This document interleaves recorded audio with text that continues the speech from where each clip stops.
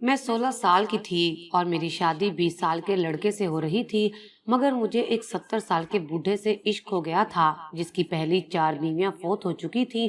सब लोग कहते कि उसकी 4 बीवियां उसके जुल्म की वजह से मरी हैं, मगर मुझे यकीन ना आया और मैंने उस बूढ़े से शादी कर ली। शादी वाली रात वो बूढ़ा कमरे में आया तो उसके हाथ में ऐसी चीज थी जिसे देखकर मेरी रूह लरस गई, क्योंकि वो बूढ़ा तो मैं अपने वालिदैन की इकलौती बेटी थी और अब्बू के इंतकाल के वक्त मेरी उम्र 14 बरस थी। मैं बहुत सीधी सादी सी थी। अगर मैं ये कहूँ कि मैं तो बिल्कुल अल्लाह की गाय थी तो ये बात गलत नहीं होगी। मेरे वालिदैन ने मेरी तरबियत बहुत अच्छे और दोस्ताना माहौल में की थी। जब मेरे घर का इतना अच्छा माहौल था तो मुझे ज्यादा दोस्तियां करने का भी शौक नहीं था। मेरी 2 ही सहेलियां थी। मैं उनके घर भी आया जाया करती थी। वो अक्सर मेरे घर आकर खेला करती थी, मगर मुझे इल्म नहीं था कि मेरे रिश्तेदार कौन हैं, क्योंकि हमारे घर में कोई नहीं आता था। एक दिन मैंने अब्बू से पूछा तो वो कहने लगे, अभी बहुत अंधेरा है, तुम्हें कुछ नजर नहीं आएगा। जब मेरा इंतकाल हो जाएगा तो हर तरफ रोशनी फैल जाएगी, तुम्हें सब कुछ साफ साफ नजर आने लगेगा। मैं अब्बू की ये बात सुनकर दंग रह गई थी। आज तो बहुत धूप निकली थी, फिर न जाने वो ऐसी बातें क्यों कर रहे थे। मैंने अब्बू का हाथ पकड़ लिया और बोली, अब्बू, दिन का वक्त है और हर तरफ रोशनी है, फिर आप अंधेरे की बात क्यों कर रहे हैं। मेरी बात सुनकर अब्बू की आंखों में आंसू आ गए थे। वो कहने लगे, मेरी नजर कमजोर हो गई है, मुझे हर तरफ अंधेरा ही अंधेरा नजर आता है। अब्बू की बातें सुनकर मैं रोने लगी थी। मुझे ये सब कुछ अच्छा नहीं लग रहा था। अब्बू को थोड़ी शर्म तो आनी चाहिए थी। उन्होंने अपनी बेटी के सामने अपनी मौत का जिक्र क्यों किया था। मैं बहुत खफा हो गई थी। अब्बू ने मेरे माथे पर बोसा दिया और कहने लगे, तुम भी छोटी छोटी बातों पर परेशान हो जाती हो, चुप करो, मुझे कुछ नहीं हुआ। मैं रोती चली गई तो अब्बू मुझे अपने साथ पार्क में लेकर गए थे। पार्क जाकर मेरा दिल वक्ती तौर पर तो बहल गया था, मगर अब्बू के कहे हुए अल्फाज मेरे दिमाग पर नक्श हो गए थे। मैं अब हर वक्त अपने अब्बू की लंबी उम्र की दुआएं किया करती थी। एक दिन मैंने अपनी सहेली नाइला से इस मुतल्लिक बात की तो उसने मुझे मजीद डरा दिया था। वो कहने लगी, मरने वाले को पहले से ही अपनी मौत के मुतल्लिक इल्म हो जाता है। मुझे तो लगता है कि तुम्हारे अब्बू अब ज्यादा देर जिंदा नहीं रहेंगे। मैं तो अब फूट फूट कर रोने लगी थी। तब मैं बहुत छोटी सी थी और सिर्फ चौथी जमात में पढ़ती थी। अब्बू को इस बात का अंदाजा ही नहीं था कि जो बात उन्होंने जज्बाती होकर मुझसे कह दी थी उसने मुझे किस कदर डरा दिया था। वक्त यूं ही गुजरता गया और जब मैं 14 बरस की हो गई तो एक दिन अब्बू को हार्ट अटैक आने की वजह से उनकी मौत हो गई। इस दुनिया में अब्बू के अलावा मेरा और अम्मी का था ही कौन। हम दोनों टूट कर रह गई थी। मोहल्ले वालों ने अब्बू के इंतकाल के मुतल्लिक मोहल्ले की मस्जिद में ऐलान करवा दिया था और फिर थोड़ी देर में बहुत से अजनबी चेहरे अब्बू की मैयत के पास आकर बैठ गए थे और फूट फूट कर रोने लगे थे। मैंने अम्मी से पूछा कि ये कौन लोग हैं। तब अम्मी ने एक बूढ़ी औरत की तरफ इशारा करके कहा, ये तुम्हारी दादी है। उनके साथ 2 औरतें और भी थीं। उनके मुतल्लिक अम्मी ने बताया कि वो दोनों मेरी फुफ्फो हैं। तब मुझे पता चला कि वो हमारे मोहल्ले के पीछे जो मोहल्ला था वहीं पर रहती थी, मगर अब्बू की जिंदगी में उन्होंने कभी हमसे मिलना गवारा नहीं किया था। वो तीनों एक दूसरे के गले लगकर रोती रही थी, जबकि मैं और अम्मी एक दूसरे को सहारा दे रही थी। कुछ देर रो धोकर वो औरतें वापस चली गई थीं। तब अब्बू के जुमले मेरे कानों में गूंजने लगे थे। उन्होंने ठीक ही कहा था कि अभी बहुत अंधेरा है। अब्बू की वफात के बाद ही मुझे रिश्तेदार नजर आए थे। ऐसे वक्त में मोहल्ले वालों ने हमारा बहुत साथ दिया था। तीसरे दिन वो तीनों औरतें फिर हमारे घर आ गई थी। मेरी दादी फूट फूट कर रोती जा रही थी और साथ साथ कहती जाती, इशफाक, अच्छा होता तो तुम अपनी बेटी की शादी अपनी जिंदगी में कर जाते, ये लड़की जरूर तुम्हें बदनाम करेगी। मैं ये बातें सुनकर बहुत परेशान हो जाती थी। तब अम्मी मेरे सर पर हाथ रख देती और कहती, ऐसे लोगों की बातों को सर पर सवार नहीं करते। मेरी दोनों फुफ्फो मुझे देखकर मुंह बना लेती थी। मुझे उनसे बहुत डर लगने लगा था। मैं चाहती थी कि वो बस जल्दी से हमारे घर से चली जाएं, मगर वो अब बार बार हमारे घर आती थी। वो अक्सर कहती कि ये लड़की महानूर तो शक्ल से ही खतरनाक लगती है, ऐसे लगता है कि ये हमारे बेटे का नाम खराब करके रहेगी। एक दिन मेरी दादी मेरी अम्मी से कहने लगी, अपनी बेटी की शादी जिस कदर जल्दी मुमकिन हो कर दो। मैं नहीं चाहती कि ये मेरे बेटे का नाम खराब करे। अम्मी बहुत दिनों तक ये सब बर्दाश्त करती रही थी, अब उनकी भी बस हो गई थी। वो कहने लगी, मेरे शोहर ने अपनी बेटी की तरबियत बहुत अच्छी की है, आपको हरगिज फिक्र करने की जरूरत नहीं है। जब आप मेरे शोहर की जिंदगी में हमारे घर नहीं आती तो अब क्यों आ जाती हैं? अम्मी की बात सुनकर तो उन तीनों ने अम्मी पर हमला ही कर दिया था। उन्होंने बहुत सी बातें सुनाई थी। अम्मी रोने लगी थी। फिर वो तीनों उठकर चली गईं। तो मैं बोली, अम्मी, मेरी दादी ने मुझ में ऐसी कौन सी खामी देख ली है जो वो कहती हैं कि मैं अपने बाप का नाम खराब कर दूंगी। अम्मी ने मेरे सर पर हाथ रख दिया और बोली, तुम उन लोगों की बातों को जहन पर सवार मत करो, ये तो तुम्हारे बाप की नहीं बन सकी तो हमारी क्या बनेंगी। मुझे उम्मीद है कि आज के बाद ये हमारे घर नहीं आएंगी। अम्मी की बात सुनकर मेरे दिल को तसल्ली सी हो गई थी और अम्मी की बात सच साबित हुई थी। उस दिन के बाद ना तो कभी दादी हमारे घर आई थी और ना ही फुफ्फो, मगर अब कुछ अजीब सा होने लगा था। हमारे घर मोहल्ले की औरतों ने भी आना छोड़ दिया था। मेरी सहेलियां भी हमारे घर नहीं आती थी। एक दिन मैंने अम्मी से इसके मुतल्लिक बात की तो वो कहने लगी कि तुम खुद अपनी सहेलियों के घर चली जाओ। मेरी सहेली का घर हमारे घर से करीब ही था। मैं अकेली ही चली गई थी। मैंने उसके घर के दरवाजे पर दस्तक दी तो उसकी वालदा ने दरवाजा खोला था। मैंने सलाम करने के बाद पूछा, आंटी आमना कहाँ है? वो इतने दिनों से हमारे घर नहीं आई। आंटी दरवाजे के सामने ही जमकर खड़ी थी। वो बोली, आमना अब तुम्हारे पास नहीं आया करेगी, तुम दोनों की दोस्ती खत्म हो गई है। मैं हैरान हुई और बोली, आंटी ये आप क्या कह रही हैं? ऐसा भी क्या हो गया है? आंटी ने मुंह बना लिया और बोली, हम शरीफ लोग हैं, हमारे पास इज्जत के सिवा कुछ भी नहीं है। मेरी बेटी तुम्हारे साथ उठे बैठेगी तो वो भी बदनाम हो जाएगी। मेरी आंखों में आंसू आ गए थे। मैं बोली, आंटी अल्लाह ना करे, आप ये कैसी बातें कर रही हैं? आंटी कहने लगी, मैं तो साफ साफ कह रही हूँ, तुम्हारी दादी सबको कहती फिर रही हैं कि तुम कोई न कोई गुल जरूर खिलाओगी। इस वजह से हमने अपनी बेटी को तुमसे दूर कर लिया है। मैं मजीद कुछ नहीं कह सकी थी, इसलिए रोती हुई अपने घर आ गई। अम्मी ने मुझे देखा तो कहने लगी, क्या हुआ, तुम रो क्यों रही हो? मैंने अम्मी को सारा वाकया बताया तो उनको बहुत गुस्सा आया था। वो कहने लगी, अल्लाह गारत करे ऐसी औरतों को जो मेरी मासूम बेटी के पीछे हाथ धोकर लग गई हैं। मैं बहुत उदास रहने लगी थी। अब्बू के इंतकाल के बाद मोहल्ले वालों ने माथे पर आंखें रख ली थी। हम दोनों माँ बेटी तन्हा रह गई थी और मुझे तो उस जुल्म की सजा मिल रही थी जो मैंने किया भी नहीं था। मुझे तो उन बातों की इतनी समझ बूझ भी नहीं थी।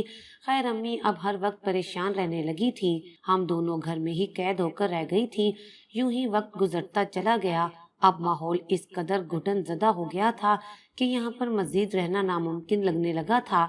अम्मी ने मेरी आंखों की उदासी देखी तो वो घर से बाहर जाने लगी थी। मैं उनसे पूछती कि आप कहाँ गई थी तो वो कहती कि मैं एक काम से गई थी। तकरीबन एक हफ्ते बाद अम्मी मेरे पास आई और कहने लगी, बेटी अपना सामान पैक कर लो, हम ये घर और ये मोहल्ला छोड़कर जा रही हैं। अम्मी हम कहाँ जाएंगे? अम्मी ने मेरे सर पर हाथ रख दिया और बोली, अल्लाह ताला की जमीन बहुत बड़ी है, हमें कहीं न कहीं तो पनाह मिल ही जाएगी। फिर हम दोनों वो घर छोड़कर दूसरे शहर में शिफ्ट हो गए थे। अम्मी ने घर किराए पर लिया था। ये घर मुख्तसर सा था, 2 कमरे, 1 किचन और फिर बाथरूम, छोटा सा सहन भी था। मैं एक दिन अम्मी से बोली कि हम इस घर में क्यों शिफ्ट हुए हैं। तब अम्मी कहने लगी, मुझे लोगों की बातों से बहुत डर लगने लगा था। वहाँ हर कोई तुम्हें बदनाम करने लगा था, इसलिए हम यहाँ आ गए हैं। मैं चुप रही थी। अम्मी को इस बात का इल्म कहाँ था कि जो बातें मैं पिछले 1.5 बरस से सुन रही थी उन्होंने मुझे किस कदर तकलीफ दी थी। मुझे खुद यही लगने लगा था कि मुझसे ऐसा कुछ जरूर होगा जिससे मेरे वालिदैन का नाम खराब हो जाएगा। मैं अपने बाप की इज्जत खराब जरूर करूंगी। शायद मेरे माथे में भी यही सब लिखा है। मैं इन बातों से पीछा छुड़ाने की कोशिश किया करती थी, मगर जब आईना देखती तो लोगों के जुमले मुझे याद आ जाते थे। एक दिन अम्मी सब्जी लेने घर से बाहर गई हुई थी, जबकि मैं अपने घर में बैठी थी। तभी हमारे घर के दरवाजे पर दस्तक हुई। मैंने ये सोचकर दरवाजा खोल दिया कि शायद अम्मी आई होंगी, मगर सामने तो एक जाना पहचाना चेहरा खड़ा था। हम उस नए इलाके में आए थे, यहाँ पर सिर्फ एक ही शख्स को जानते थे, वो हमारा मालिक मकान था। वो मेरी तरफ देखकर मुस्कुराने लगा और बोला, गुड़िया तुम्हारी वालदा कहाँ है? मैं बोली, वो तो घर में नहीं है, बाजार तक गई हैं, आप अंदर आ जाएं। मालिक मकान ने नफी में सर हिला दिया और बोला, नहीं, जब तुम्हारी अम्मी आ जाएंगी तो मैं फिर से चक्कर लगा लूंगा। मैं बोली, आपको दोबारा जहमत करनी पड़ेगी, अम्मी बस आने वाली होंगी, तब तक मैं आपके लिए चाय पानी का इंतजाम कर दूंगी। मालिक मकान कहने लगा, जीती रहो। उसने मेरे सर पर हाथ रखा और वापस चला गया। मुझे उसका ये अंदाज बहुत अच्छा लगा था। अब्बू के इंतकाल के बाद ये पहला शख्स था जिसने इतनी इज्जत से बात की थी। अम्मी जब आई तो मैंने उनको सारी बात बता दी थी। अम्मी मुस्कुराने लगी और बोली, हयादार लोग ऐसे ही होते हैं, जब बेटियां घर में अकेली होती हैं तो वो घर में नहीं आते, और तुम भी किसी को भी घर में अंदर आने की इजाजत मत दिया करो। फिर अम्मी कहने लगी, 1 महीना हो गया है, वो किराया लेने आया होगा। मैं बोली, अम्मी आप हर माह किराया कहाँ से दिया करेंगी, हमारा गुजर बसर कैसे होगा? अम्मी कहने लगी, तुम इतने छोटे से दिमाग पर ज्यादा जोर मत दिया करो। मैंने वो घर बेच दिया है जिसमें हम रहा करती थी, वो पैसे मैंने बैंक में जमा करवा दिए हैं। हमारे पास अच्छा खासा सरमाया है, यहाँ तक कि तुम्हारी शादी भी सर उठाकर कर सकूंगी। तुम 16 साल की होने वाली हो और मैंने एक लड़का भी तुम्हारे लिए पसंद कर लिया है। उसकी उम्र 20 साल है, वो बहुत नेक लड़का है, तुम्हारी शादी उसी से करूंगी। मैं अम्मी की बात सुनकर शर्मा गई थी। अब मुझे अपनी शादी के ख्याल आने लगे थे। वो दिन कैसा होगा जब मैं दुल्हन बनूंगी, न जाने मेरा दूल्हा कैसा होगा। तालीम तो मेरी अधूरी रह गई थी, हालात ही ऐसे बन गए थे कि आगे पढ़ाई नहीं कर सकी। अब मैं चाहती थी कि मेरी शादी हो जाए। इस नए इलाके में हमारा किसी के भी घर आना जाना नहीं था। मैं घर में पड़ी सारा सारा दिन बोर हो जाती थी। एक दिन हमारे घर पर दस्तक हुई तो अम्मी ने ही दरवाजा खोला था। मालिक मकान हमारे घर आया था। वो कहने लगा कि मैं घर की खिड़कियों की मुरम्मत करवाना चाहता हूँ, ये खराब हो गई हैं। अम्मी ने इजाजत दे दी थी। अब उस काम की वजह से मालिक मकान को भी मजदूर के साथ हमारे घर आना पड़ा था। एक दिन अम्मी कहने लगी, भाई साहब आप ना आया करें, मजदूर अपना काम करके चले जाया करेंगे, इस तरह तो आपको जहमत होती होगी। मालिक मकान कहने लगा, बहन ऐसे अच्छा नहीं लगता, आप घर में अकेली 2 औरतें ही होती हैं, आप मेरे घर में रह रही हैं, मेरी जिम्मेदारी है। आजकल के लोगों पर मुझे बिल्कुल भरोसा नहीं है, इसलिए मुझे साथ आना ही पड़ेगा। मुझे मालिक मकान की सोच बहुत अच्छी लगी थी। अम्मी कहने लगी, ये आदमी तो बहुत ही भला लगता है। एक दिन मजदूर के जाने के बाद अम्मी ने उन्हें चाय पर रोक लिया था। मैं चाय लेकर गई तो मालिक मकान कहने लगा, कौन सी क्लास में पढ़ती हो? मैंने नफी में सर हिला दिया और सोफे पर बैठ गई। मैंने उन्हें अपनी सारी कहानी सुना दी थी। मैं बोली, अब्बू के इंतकाल के बाद हमारे रिश्तेदारों ने ऐसे हालात पैदा कर दिए थे जिसकी वजह से मेरी तालीम भी अधूरी रह गई थी और हमें अपना इलाका भी छोड़ना पड़ा था। मालिक मकान कहने लगा, हाँ ऐसा ही होता है, कभी कभार हमें अपने इतने दुख देते हैं कि इंसान ने कभी उस चीज की तवक्का भी नहीं की होती। मालिक मकान कहने लगा, मेरा नाम यासिर है, मैं भी अपने लोगों की बातों का ही डसा हुआ हूँ।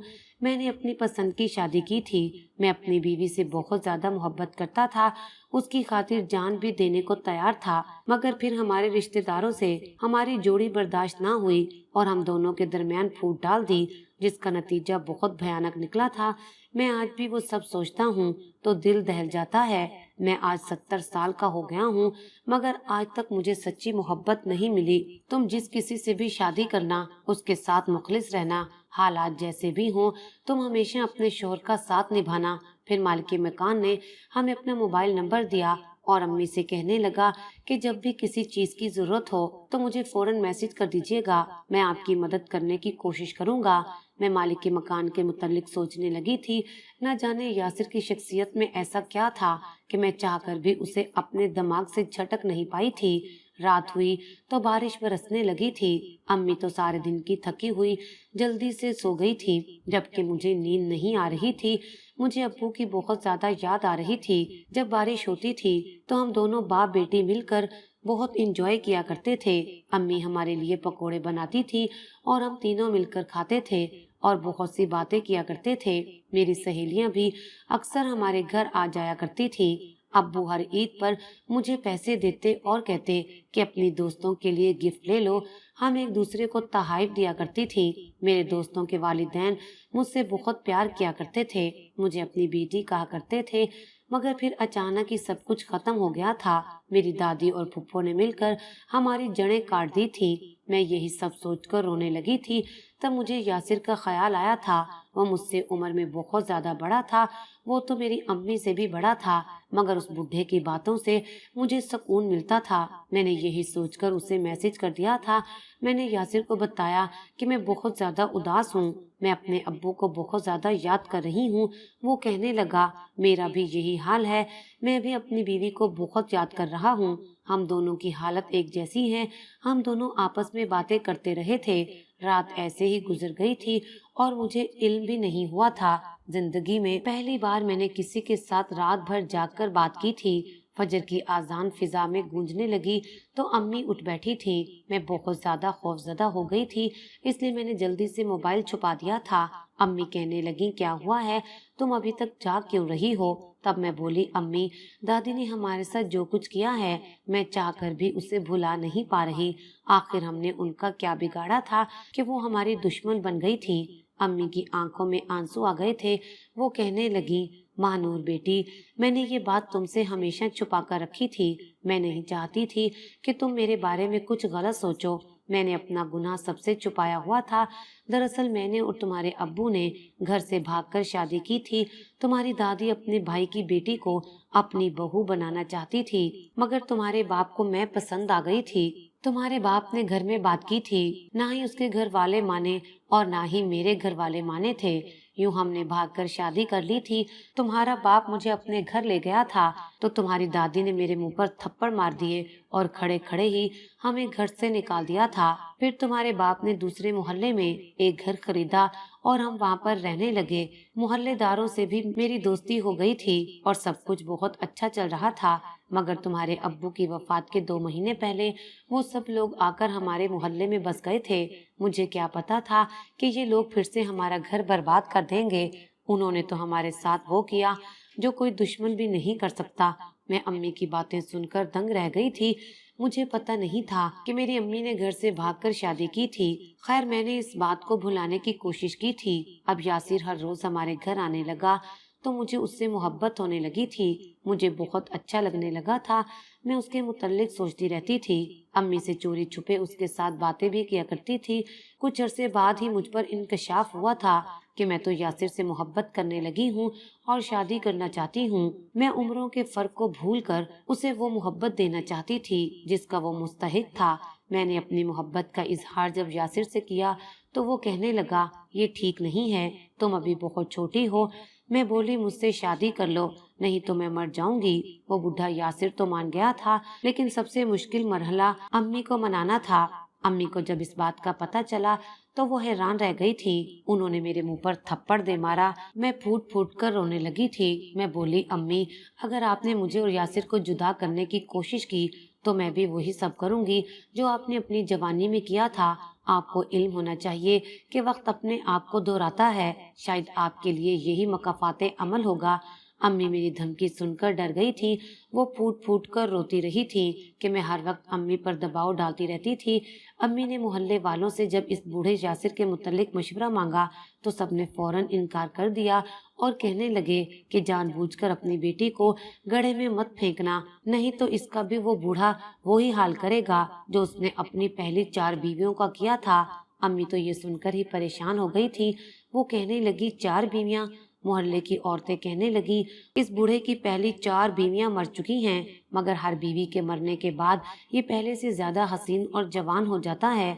अब इसकी उम्र 70 बरस है, मगर वो कहीं से भी 70 का नहीं लगता। मैंने ये बातें सुन ली थी।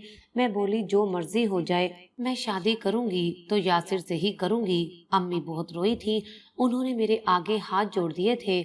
मुझसे बार बार कहा कि मैंने तुम्हारे लिए शहजादों जैसा लड़का ढूंढा है, اس کی عمر 20 سال ہے، تم بس یاسر کو اپنے دل سے نکال دو۔ شاید میں ان کی بات مان بھی لیتی، مگر میں نے 1.5 سال اپنے متعلق جو سنا تھا اس کے بعد مجھے یہی لگنے لگا تھا کہ میرے تو ماتھے پر لکھا ہی ہے کہ میں بے حیا ہوں اور اپنے والد کا نام لازمی خراب کروں گی۔ میں نے امی کی کوئی بات نہیں مانی تھی اور پھر میں نے بھاگ کر شادی کر لی۔ میں دلہن بنی بہت خوش تھی، ایسے لگ رہا تھا جیسے مجھے دنیا جہاں کی خوشی مل گئی ہو۔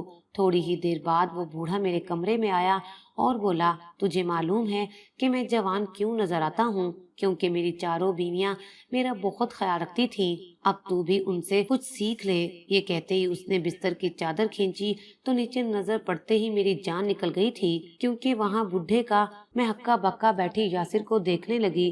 میں بولی، یہ سب کیا ہے؟ یاسر مسکرا کر بولا، یہ بہت کام کی چیز ہے، میرے پاس ہمیشہ جوان رہنے کا ایک بہت بڑا ٹوٹکا موجود ہے۔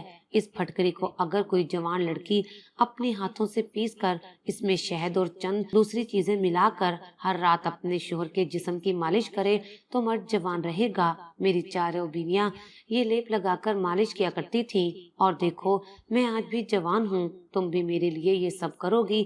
یاسر نے مجھے پھٹکری لا کر دے دی تھی اور بولا، تم اپنا کام شروع کر دو۔ میں اس کے رویے کو دیکھ کر حیران رہ گئی تھی۔ میں بولی، یاسر آپ یہ کیا کہہ رہے ہیں؟ میں نئی نویلی دلہن ہوں، میرے بھی کچھ ارمان ہیں۔